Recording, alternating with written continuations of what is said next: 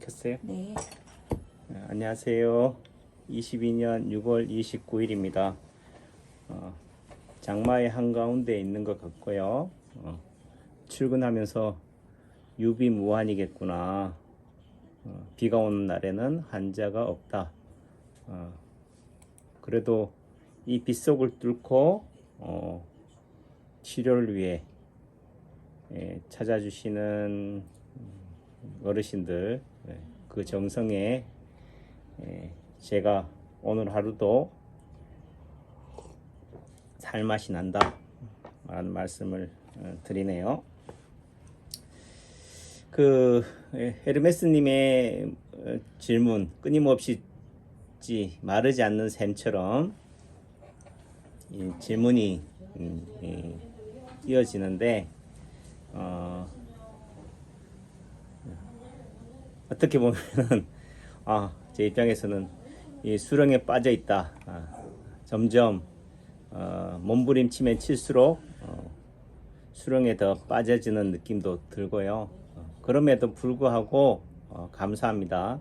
그래도 이 파동원리가 남창규 혼자만의 치료 원리로, 치료법으로 세상에 묻혀진다면은 뭐 대응하지 않고 또 그렇게 제 멋에 취해 살아갈 수도 있겠지만은 공인으로서 또 남창규 박사가 쓴 인체파동원리 이 책을 낸 입장에서 결국은 세상을 향해서 말을 해야 된다라는 부분들이에요.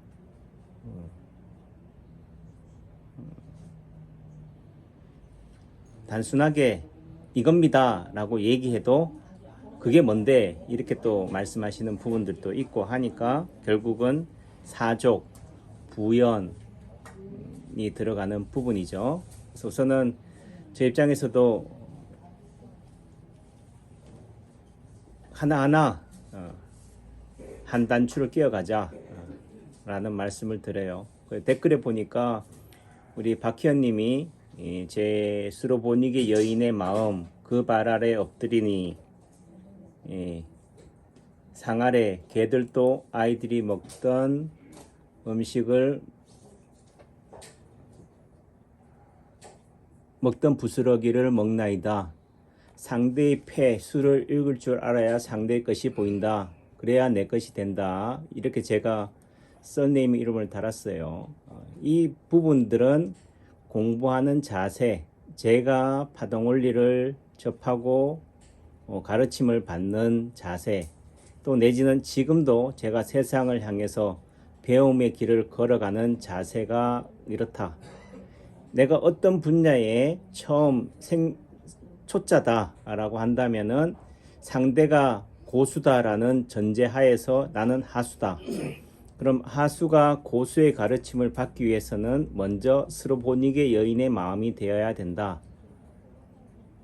또 교회에서는 목사님들은 스로보니게 여인의 믿음을 얘기하겠죠. 그 믿음이 너를 구원했다 라고 하지만은 제가 제목을 마음이라고 표현한 이유는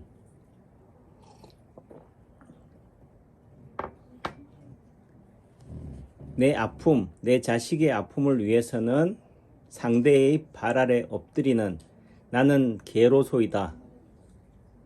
자신을 낮추는 마음, 하심의 자리에 서야지만이 상대에게 보인다. 또 상대가 하는 말의 의미를 이해해야지만이 상대가 보인다라는 얘기예요. 이게 학문하는 자세다. 저는 그런 관점으로 살아왔기 때문에 여러분들이 어떤 분야에서 무엇을 하든지 간에 기본적으로 예를 들면은 남창규 한의원 이 유튜브 채널에 들어왔다면은 제 말이 들어오려면은 저를 높이라 떠받들라 이 개념이 아니라 저 남창규 원장은 왜 저런 말을 할까 라는 관점으로 받아들여야 된다라는 거죠.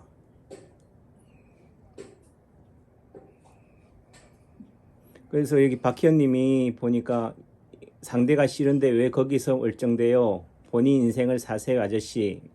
뭐 저한테 하는 말이 같은데 그래요. 과연 내 인생은 어떤 건가?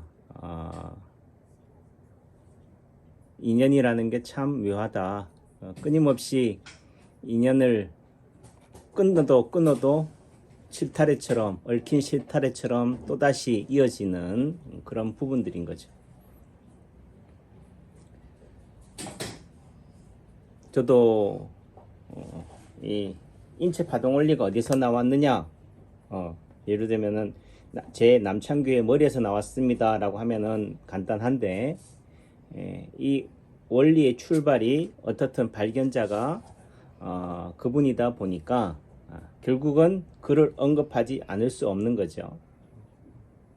또 내지는 그는 어떻게 알았는데요 라고 하니까 또 그에 대해서 설명할 수밖에 없는 거고, 그는 어떻게 알았는데요 라고 하니까 그의 삶에 대해서 또 부연할 수밖에 없는 부분들이 되는 거죠.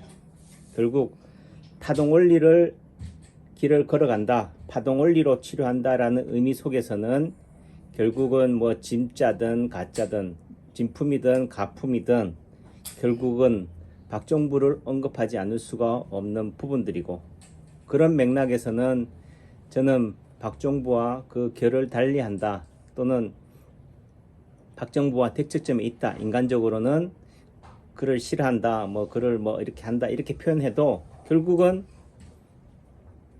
그와 한통속이 될 수밖에 없다라는 부분에 있어서는 이 또한 숙명이다, 운명이다 라는 부분들에 대해 결국은 그와의 단절을 하려면은 뭐한 얘기로 파동 원리를 숨기거나 포장하거나 또는 제 걸로 포장해야 되는 부분들인데, 제가 학자적 양심 또 제가 살아온 삶의 방식으로 봤을 때는 또 그렇게는 못하겠고, 그런 부분들인 거죠. 그런 차원이다. 그래서 본인 인생을 사세요라는 관점에서는 여러분들이 볼 때는 우유부단하고 저 자신이 봐도 그래요. 이게 참 어떻게 일을 풀어나가야 되느냐라는 관점이지만은 그래도 제가 가고자 하는 삶의 방향은 이제는 확고하다. 누가 뭐라고 하든 그런 관점에서 제 길을 가는 거고, 다만 여러분들은 여러분들 위치에서 또 취사 선택하고 받아들이시면은 되겠다라는 말씀을 드립니다.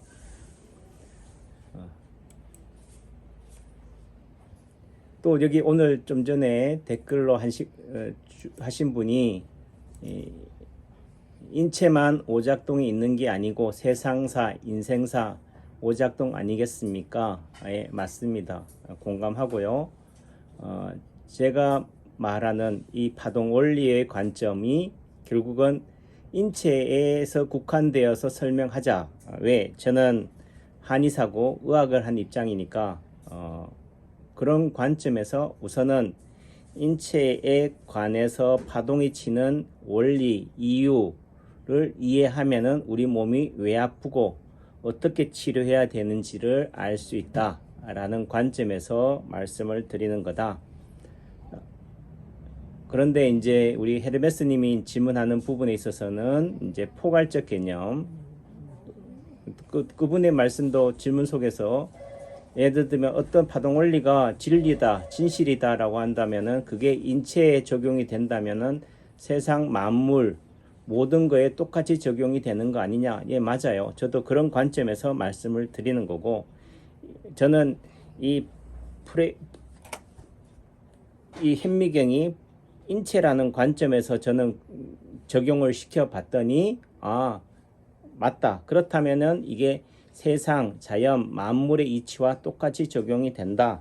그런 의미에서 감히 이 파동 원리는 세상이 작동하는 원리다. 출발은 뭐 인체가 작동하는 원리다라고 했지만은 그런 관점에서 되는 거예요. 그래서 우리 몸이 뭐라고 그래? 정상적으로 기능하지 못한다, 오작동한다. 그 말의 다른 의미는 인체는 지구, 자연이라고 하는 에너지 틀, 환경 속에서 작동하기 있기 때문에 지구의 환경도 정상적으로 기능하지 못한다. 오작동하고 있다. 라는 맥락이고, 처음 그 지도자 교육 이렇게 받을 때 그 선생님이 했던 말씀 중에 참 아름다워라, 이 성경 구절이 있죠. 이게 찬송가가 하나님이 지으신 이 자연 만물이 너무 아름답다 라고 얘기하면서 그 참 아름다운 자연 환경이 약육강식에 서로 잡아먹고 잡아먹히고 이런 세상이 어떻게 아름답냐. 에덴 동산, 첫 아담의 그 에덴 동산에서는 참 아름다운 세상이었을지 모르지만은 현재의 지구는 그렇지 못하다 라는 관점으로 얘기를 하시길래 참 어떻게 저렇게 생각할 수 있을까라고 했지만은 이 오작동 원리를 이해하는 입장, 현재의 인간이나 지구나 이 자연이 아름다운 존재가 아니다. 아름답다라는 한자의 말이 의미가 양자에다가 클대자잖아요. 양이 커야지, 먹을 게 많아야지, 돈이 되어야지만이 아름다운, 오로지 자본주의의 속성이 돈에 의해서 좌지우지되는 이런 세상이 어찌 아름답냐. 그 미의 기준조차도 잘못되어 있다. 우리가 미스 코리아라고 한다면은 결국은 옛날에는 뭐 펑퍼짐하고 조선시대 신윤복의 여인도라든지 이런 거 보면 엉덩이 크고 이 관점에서 본다면은 그 당시에는 다산, 아들을 낳기 위한 하나의 수단으로서 여자를 봤다. 또는 배고픈 관점에서는 뚱뚱해야지, 풍만해야지, 가슴이 커야지만이, 저통이 커야지만이 먹을 게 많다. 아이들한테 굶기지 않는다라는 관점으로 접근했지만은 현재의 관점에서는 어떻게 날씬하고 날렵하는 관점이죠. 나는 저렇게 굶어서 다이어트를 해서 날씬할 수는 없으니까 누군가가 나를 대신해서 쥐어짜서라도 날렵해서 날씬하게 만들어 달라라는 관점, 또는 격투기라는 관점이 결국은 내가 격투기 선수가 되어서 싸우면은 내가 피 터지니까 누군가가 스타라는 이름으로 팬이라는 관점에서 스타를 만들어서 그 선수로 하여금 쥐어 터지도록 싸워서 결국은 그 선수가 어떻게 돼요? 이기도록 이겼으면 하는 바램을 투사시켜서 하는 부분들, 결국은 세상이 아름답다라는 그 아름다움의 기준이 잘못되어 있다. 오로지 이기적인 그런 세상으로 가고 있다라는 관점, 우리 바라보는 게 인체파동 원리다. 그걸 단순히 성설에 반하는 성악설이냐라고 OX 이렇게 편가름으로 간단하게 규정 지어질 수 있는 부분들은 아니다. 예를 들면 낮과 밤을 통해서 하루가, 자연이, 또는 봄, 여름, 가을, 겨울의 계절의 변화를 통해서 자연이 순행하듯이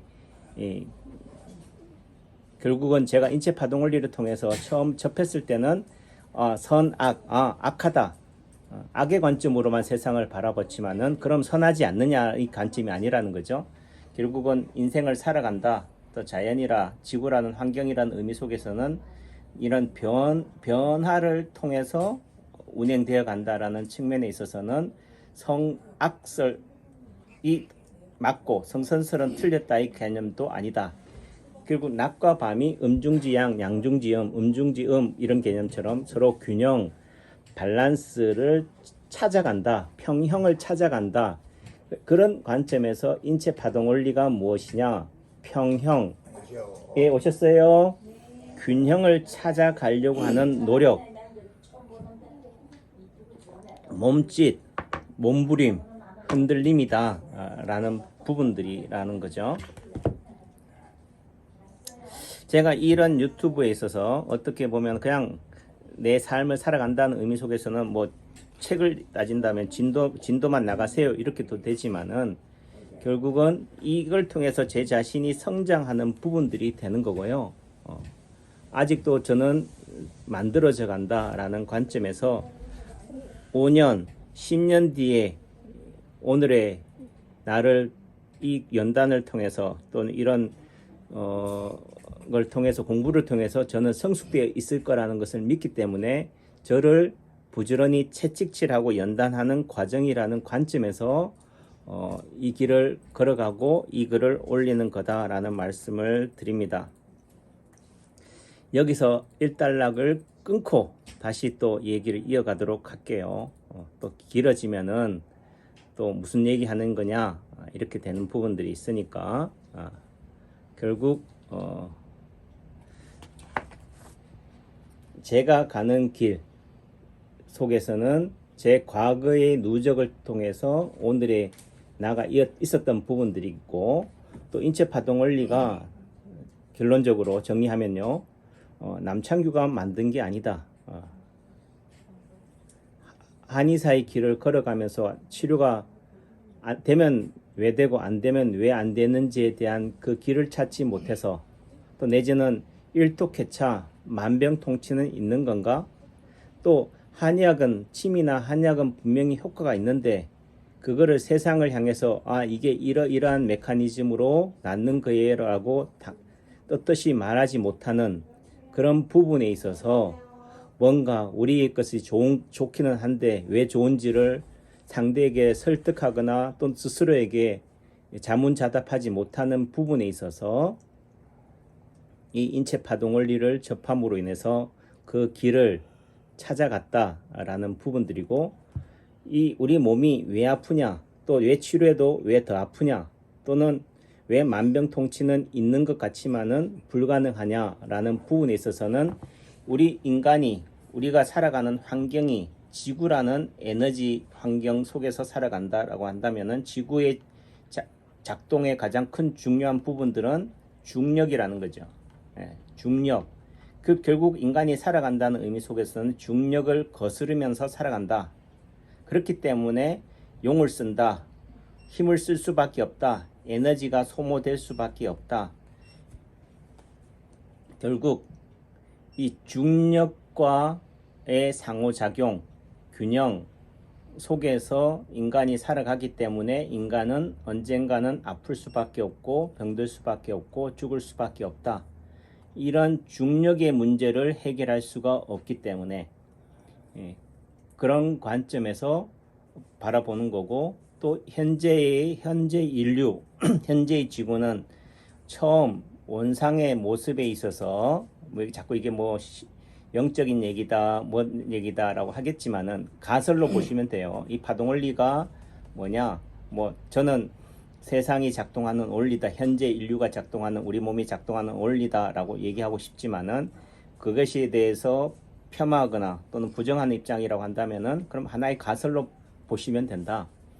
제가 보는 그런 가설이라는 입장 속에서는 현재의 우리 몸은 첫 출발에서부터 잘못되어 있다. 태어날 때부터 엄마, 할머니, 할아버지의 아픔을 대물림 받아 가지고 있다. 그것이 외형적으로는 생긴 모습이겠지만은 발가락이 닮았다 하겠지만은 염상석의 소설처럼 결국은 어딘가는 부모의 또는 조상의 아픔이 그대로 유전되어 가고 있기 때문에 과거의 아픔이 현재에 영향을 준다. 그런 의미 속에서도 또 파동인 거고 그 원리의 가장 큰 전제가 뭐예요? 현재 인류는 제대로 정상적으로 작동하지 못한다. 오작동하는 존재다. 그 의미는 인간뿐만이 아니라 세상도 그렇다. 또 지구는 중력의 영향을 받기 때문에 결국은 사람이 살아간다, 성공을 한다. 이 의미 속에서는 결국은 중력을 거스르는 행동을 하기 때문에 힘들 수밖에 없다. 결국은 끝은 말로는 추락이다. 라는 부분들에서 또 되는 거고 우선은 여기서 또 정리를 하도록 하겠습니다. 감사합니다.